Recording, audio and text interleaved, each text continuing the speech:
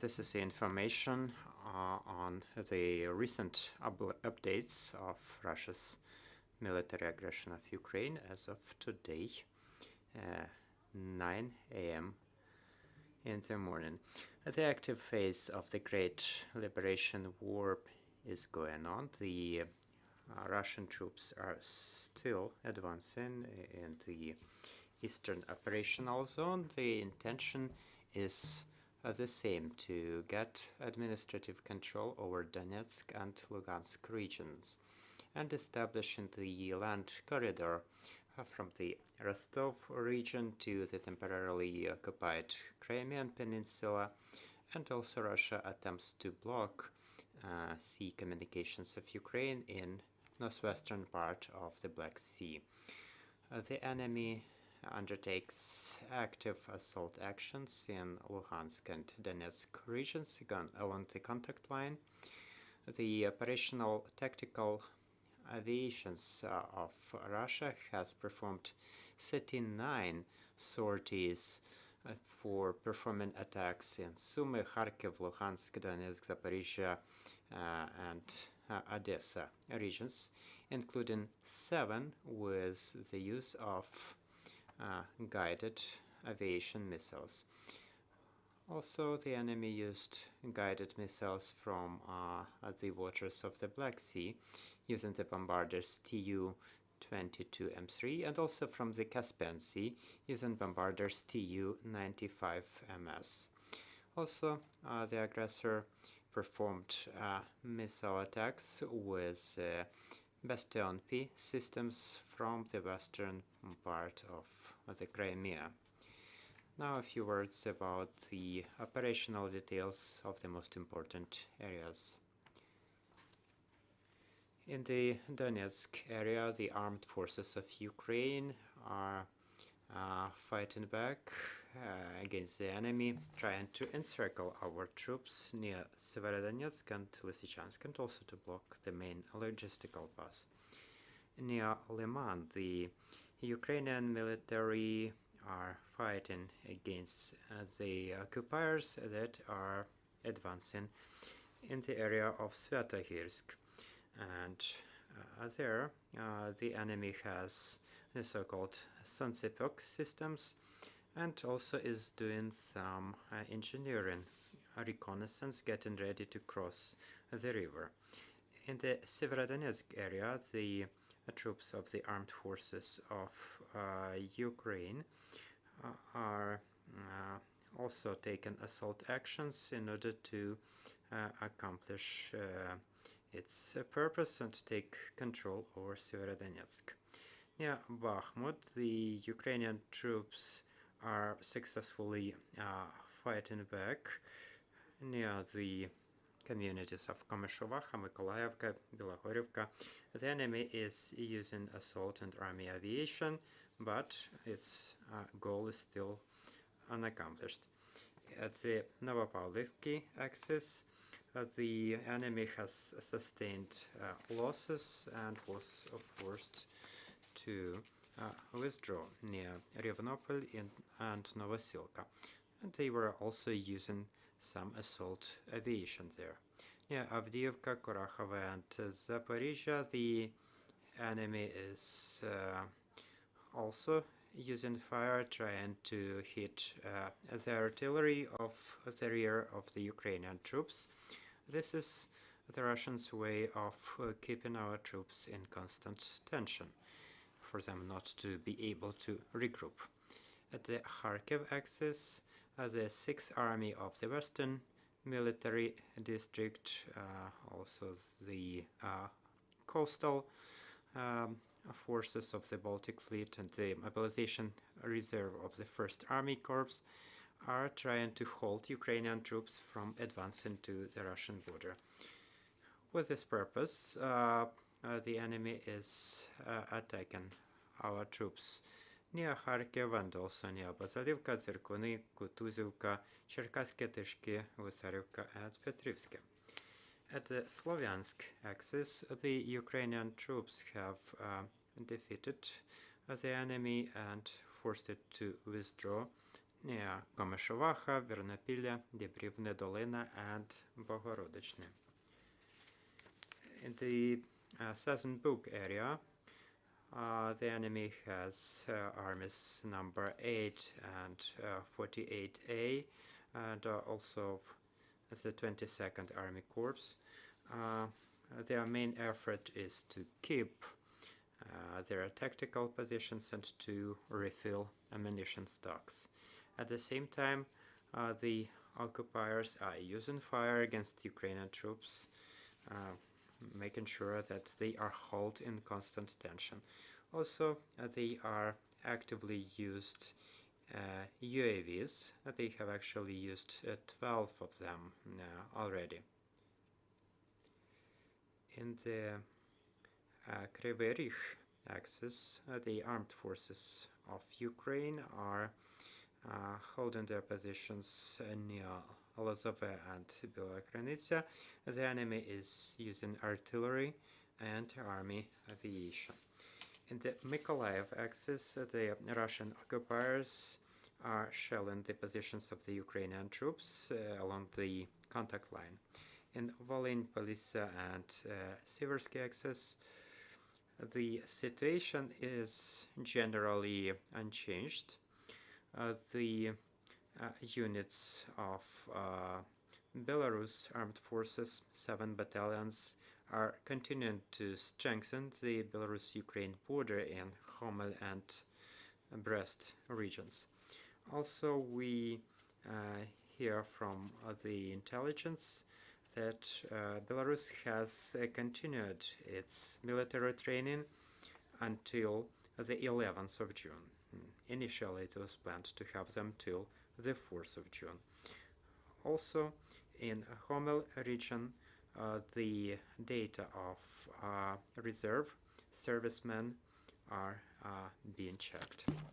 Also, we hear that in the Republic of Belarus, there is still presence of certain units of the armed forces of the Russian Federation with the Iskander M systems, as well as Panzer S1, and also anti-aircraft systems S-400, and also the operational and tactical aircrafts.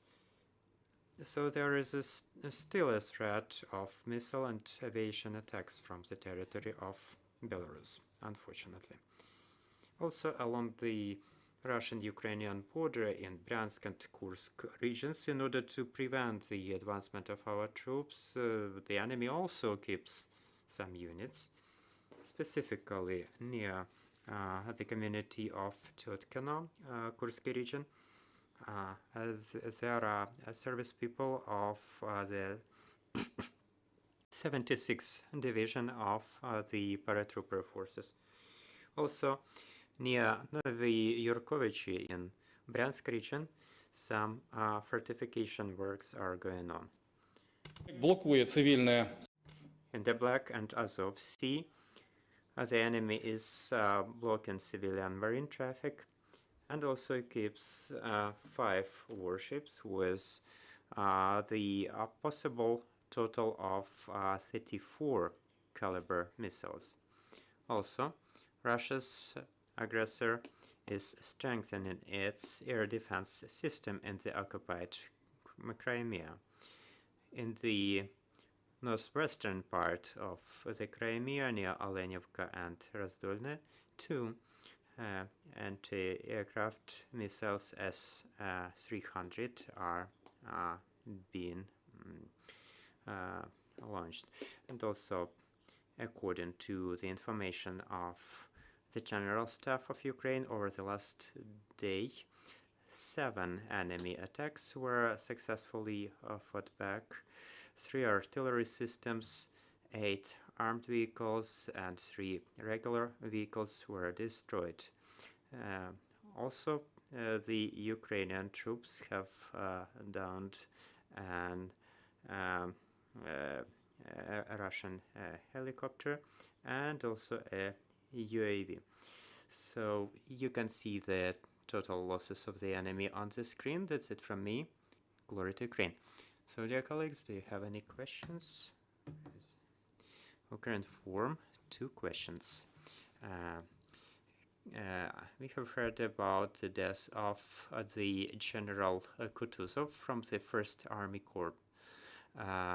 Will it entail any changes in the actions of the enemy? And also there was information from the General Staff about regrouping of the Russian fleet in the Black Sea. What does it mean that there are 34 missiles available there right now? Answering your first question, this will not change anything. The Russian army is working in the barbarian way, no matter who is their leader.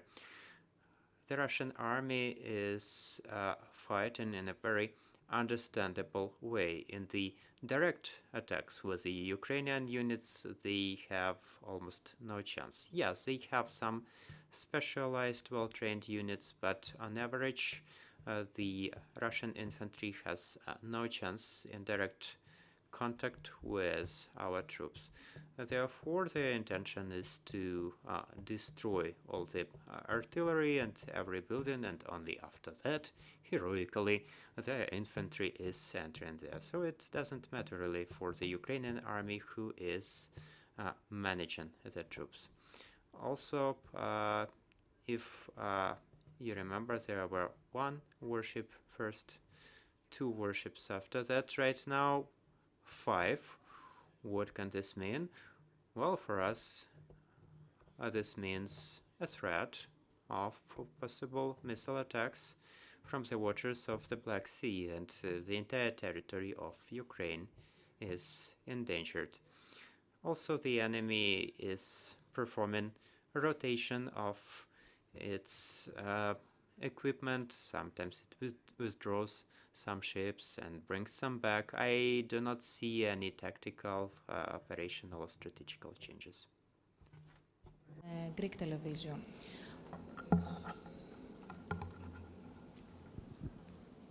Okay. From Greek television, it is reported that there is a Russian-Turkish agreement offering a corridor to Ukrainian ships transferring grain from Odessa port. From the operational aspect, is it possible for Turkish forces demining the coast of Odessa, and is this demining easy? Thank you.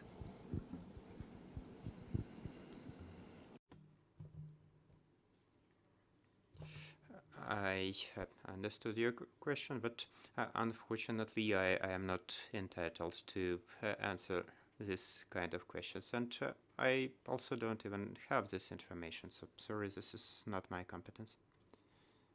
Other questions, please? From the National Greek Television. And Greece has sent a significant amount of defense and military equipment in Ukraine. Why do you think that the BMPs one are important for the Ukrainian army?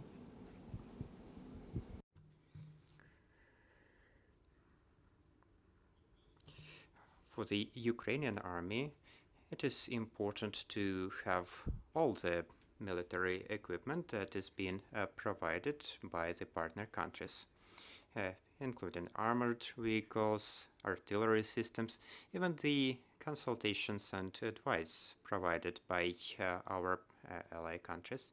It's very important. Why BMP-1? Well, it's also important because our military know this equipment, and it will take them no time to learn to use it. But the practice shows that even the most advanced and up-to-date equipment is learned by our military very quickly. Wherever it usually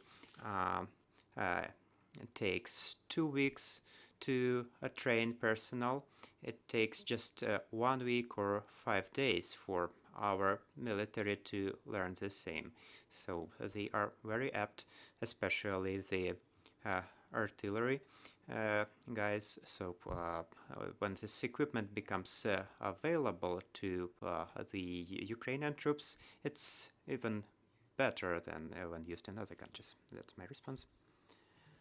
No other questions. Thank you, Oleksandr, for sharing the information. This was Oleksandr Motuzianyk, the Speaker of the Ministry of Defense.